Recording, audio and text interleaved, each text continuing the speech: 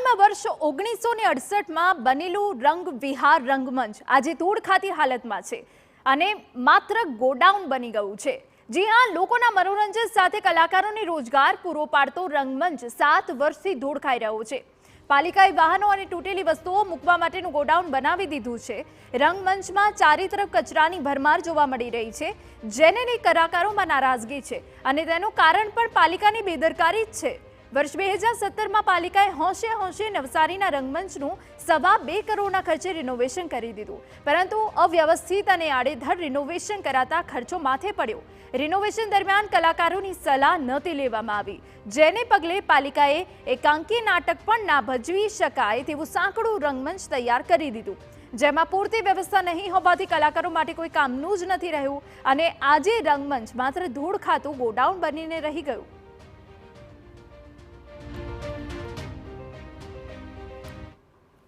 हाल परिस्थिति एवं कि एक सामान्य एकांकी नाटक पण त्यां न थई शके।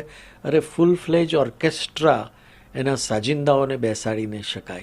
एटले मारी एवी अपेक्षा खरी कि जो फूल फ्लेज नाटको थई शके, योग्य बेकग्राउंड अमने मळे, सारू स्टेज मळे, वेल डिजाइन्ड, एने बेकस्टेज पण एवुं समृद्ध होय तो मोटा मोटा नाटको अमे करी शकीए। अने खास फायदो ए थाय कि अमने आर्थिक रीते घणी बधी एक सहाय मળી જાય। રજૂઆત કરવાથી આજે રંગવિહાર સારામાં સારો રંગવિહાર બનેલો, જે ગુજરાત ખાતે મોટું સ્ટેજ હતું એને આજે કાઢી નાખ્યું અને આજે ઓર્કેસ્ટ્રા પણ થઈ શકે એવી પરિસ્થિતિ નથી। એટલે આખું એમનેમ પડેલું છે, કોઈ એમાં કઈ પ્રોગ્રામ થઈ શકે એવી કન્ડિશન નથી। અને કાંતિભાઈ પ્રમુખ જ્યારે હતા ત્યારે જે ઉદ્ઘાટનમાં મને બોલાવેલો રંગવિહારના, મેં એને કહું આમાં તો નાટક થાય એવું છે જ નહીં। તે કાંતિભાઈ મને એમ બોલ્યા, ત્યારે તમે શું જોયું? ત્યારે મારે એમને એક જ વસ્તુ કહેવી પડી કે કોઈ કલાકારની સલાહ પહેલાં તો લીધી નથી। ઉલ્લેખનીય છે કે વર્ષ 1968માં જ્યારે રંગવિહાર રંગમંચ બન્યું ત્યારે અનેક નાટકો ભજવાતા, અનેક કલાકારોને પોતાની કલા પ્રદર્શિત કરીને આગળ વધવાનો મોકો મળતો।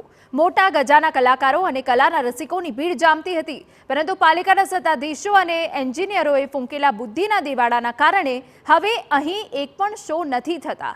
મહત્વનું છે કે સસ્તા ભાવે કલાકારોને મંચ મળી રહે, મનોરંજન અને રોજગારી મળે તે હેતુથી રંગવિહારનું નિર્માણ કરાયું હતું, જે કલાકારોની પ્રતિભાને બહાર લાવતું હતું।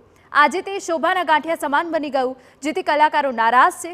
ત્યારે પાલિકા ફરીથી રિનોવેશન કરવાની વાત કરી રહી છે। હવે જોવાનું રહ્યું રંગમંચ હજી કેટલા વર્ષ ધૂળ ખાય છે। નવસારીની જનતાને રંગવિહારનો લાભ મળી રહે તે ઉદ્દેશથી આપણે એને ફરીથી રિનોવેશન માટેની કામગીરી હાથ ધરવાના છે અને આવનારા સમયની અંદર એની જે પણ પ્રક્રિયાઓ છે કન્સલ્ટન્ટ નિમીને તેની જે કામકાજ કરવા પડે રિપેરિંગને એ બધું તેની માટેની તૈયારીઓ પાલિકા કરશે તેવી બાંહેધરી અમે આપીએ છીએ।